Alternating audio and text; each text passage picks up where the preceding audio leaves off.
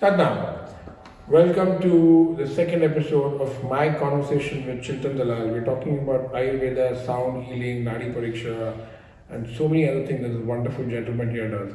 So, Chintan, welcome back. Thank you. And now I want to ask you about specifically my current huge area of interest, thanks to my friend Satya Hinduja, who introduced me to sound healing.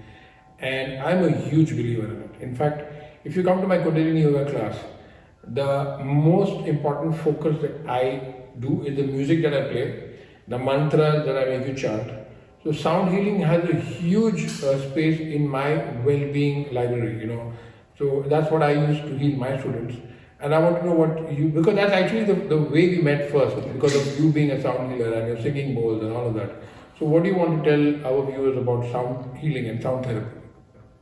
So, sound healing is, if you personally ask me, it's a very loosely translated English term. The real science is what we call as Naad Yoga, which is the whole universe is only and only sound and vibrations. And everything that you see, feel, hear, touch, sense, perceive is ultimately a vibratory frequency which is based in sound. Okay. In which case, we also say that if your life is fluid and you're happy and harmonic, that is also a type of a harmonic tone or a harmonic sound. And the moment it is out of balance, the disease also originates from a discordant sound or a frequency that you are exposed to or which you are holding in yourself. And there are only two fundamental truths of how the whole universe actually functions. There is something what we call as the flow and something which is a stagnation. If you understand where is the stagnation, you can use different motions, sounds, yogic techniques to mobilize the stagnation or clear the blockages or stagnation at the physical level, and that will automatically change the way how your body experiences, perceives and thinks. So let's say, I'll share an example. Let's say you mentioned something about people experiencing jealousy, and that has become an unconscious nature. The way how we understand jealousy when we look at the nadi is there is excess acidity in their kidneys which creates jealousy, which will in turn over time probably also create diabetes. It will also create acid reflux. It may create UTIs. It may create right or left sided migraine attacks every now and then. These are all interrelated to just this emotion of jealousy. Now, how do I fix this? With the help of food, with help of, let's say, probably acupuncture or Naad yoga or a breathing technique. One, I may choose to rebalance the elemental structure, which will mobilize that emotion also away. And so the moment that mobilization has happened, where let's say I've pacified the excess pitta in the kidneys and rebalanced it with kapha, automatically the jealousy also, the person stops experiencing jealousy and you go, wow, what happened? But how do you do that with sound?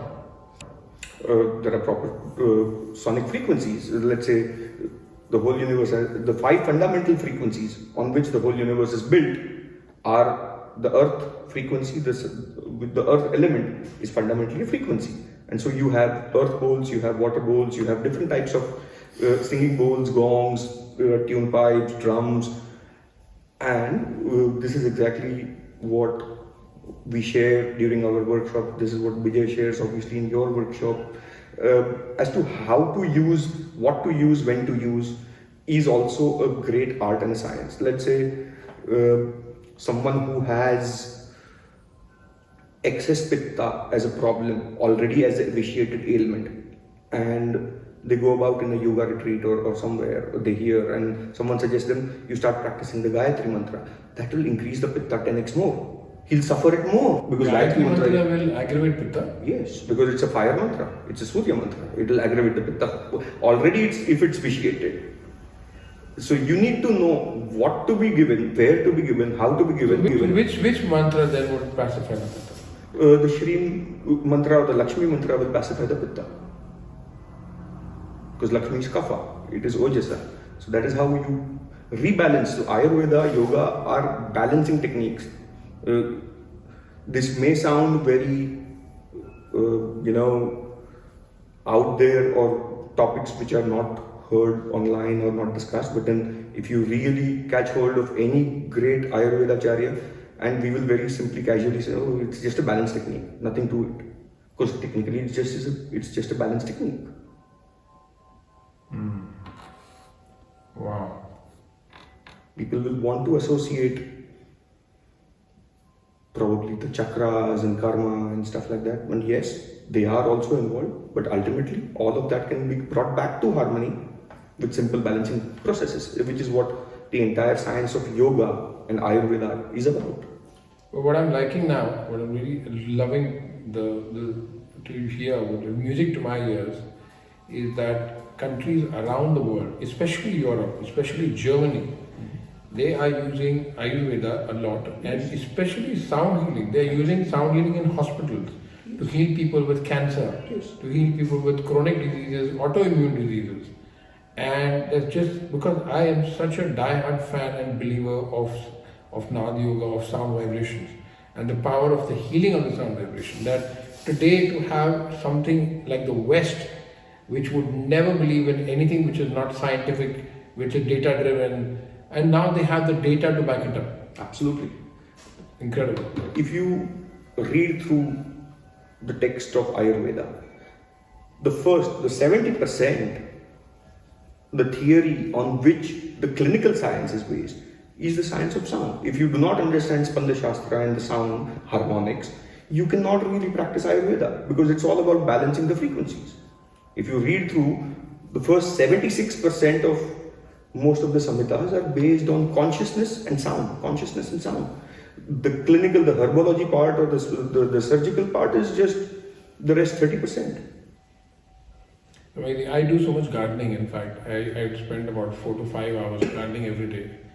And just 2 days ago, I saw this data, which is again with research, with somebody who's been researching for the last 12 years, is that they say that the roots of one tree, it could be an apple tree, they can talk to the root of the orange tree, and it does not need to be close by, it could be even far away.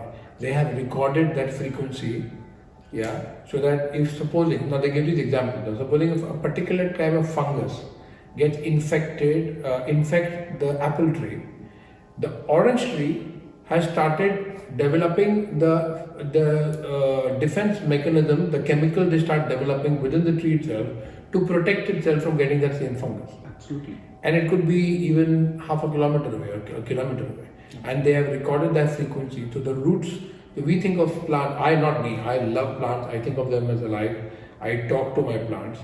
And so it's not me, but people would look at a plant and say it's a plant, it's like there's no life in it.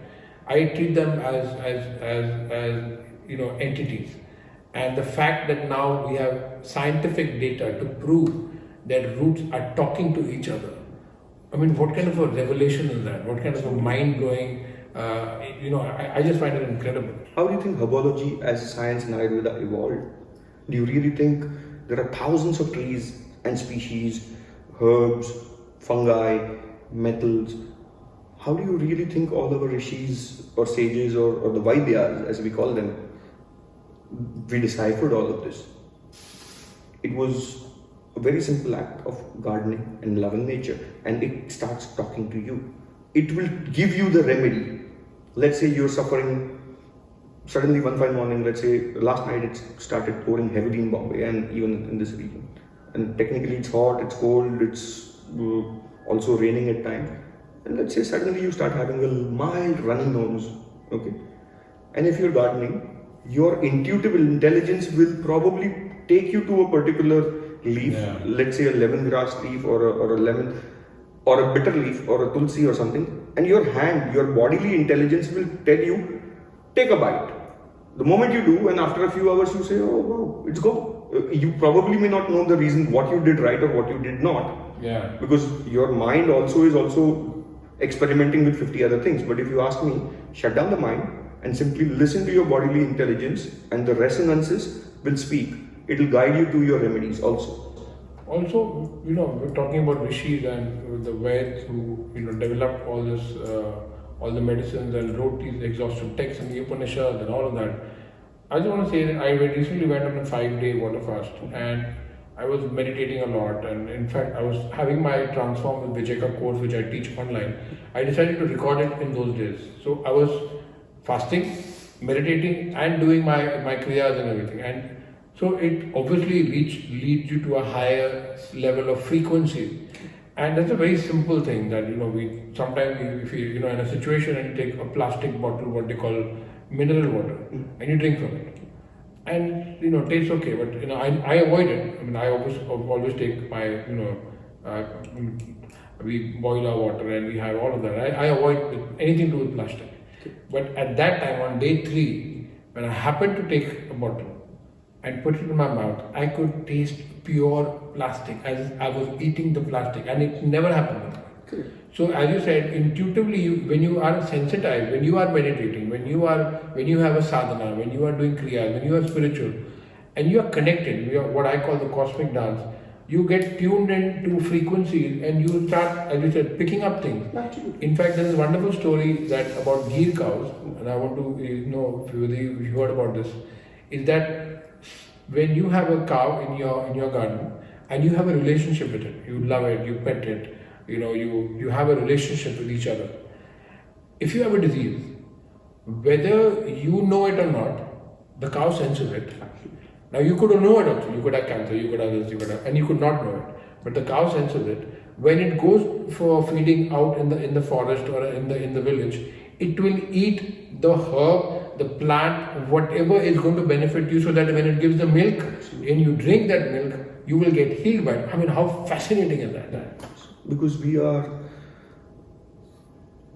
surrounded by resonances and sound, and we are interacting. We are more of emotional, intelligent, information exchanging functionalities rather than what we simply call as the body and the mind. Okay, it's much more dynamic than just the way how we will label ourselves that I am Chintan, you are Bijay, and okay, we are two separate identities. But then that resonance, the undercurrent in silence is already happening. Okay, and that interaction is 24/7. Nobody can really stop it. In that same connection, before we end this discussion, I want to just say one more thing. In the same, what you just said, one consciousness theory, is that in an island in Borneo, a group of monkeys found a particular way to open a particular fruit, which, like in the history of mankind, they have not been able to. And within 20-25 days, thousands of kilometers away, another group of monkeys automatically started opening the fruit in the same way that this group had discovered 20 days ago. And it just one consciousness. So you see, I mean, the biggest mistake human beings make in their ego is to think of animals as dumb. In fact, just today morning, I was hearing this panel of scientists who've been researching this for 30 years, 25 years. And you say animals talk to each other, they communicate with each other. There's a language there. Absolutely. And we think we are the only ones who are talking to each other, and the crows are just doing caw caw caw, and the sheep are just doing blah blah blah. And it's just our ego to think that we are supreme intelligence. Mm-hmm. Intelligence is everywhere. They are all talking to each other. And that's just how life is. I will close this with, we have a saying that, or have you ever said, I created this idea? We always say, the idea came to me. Yeah. You know why? Because it's already free floating in the collective consciousness. You, if you're tuned right, will receive it. And if you're not tuned to it, someone else will probably end up receiving it. Okay. And that is exactly where we say, oh, but I was thinking about this and this guy went ahead and invented it. Do you know the story of nylon as a fabric? And why it's called nylon? Because it was invented and sent for patent exactly at the same day, same time, in New York and London by a completely unrelated set of scientists. And finally the war between them, the patent war was closed by allowing the fabric to be named as nylon, New York and London together.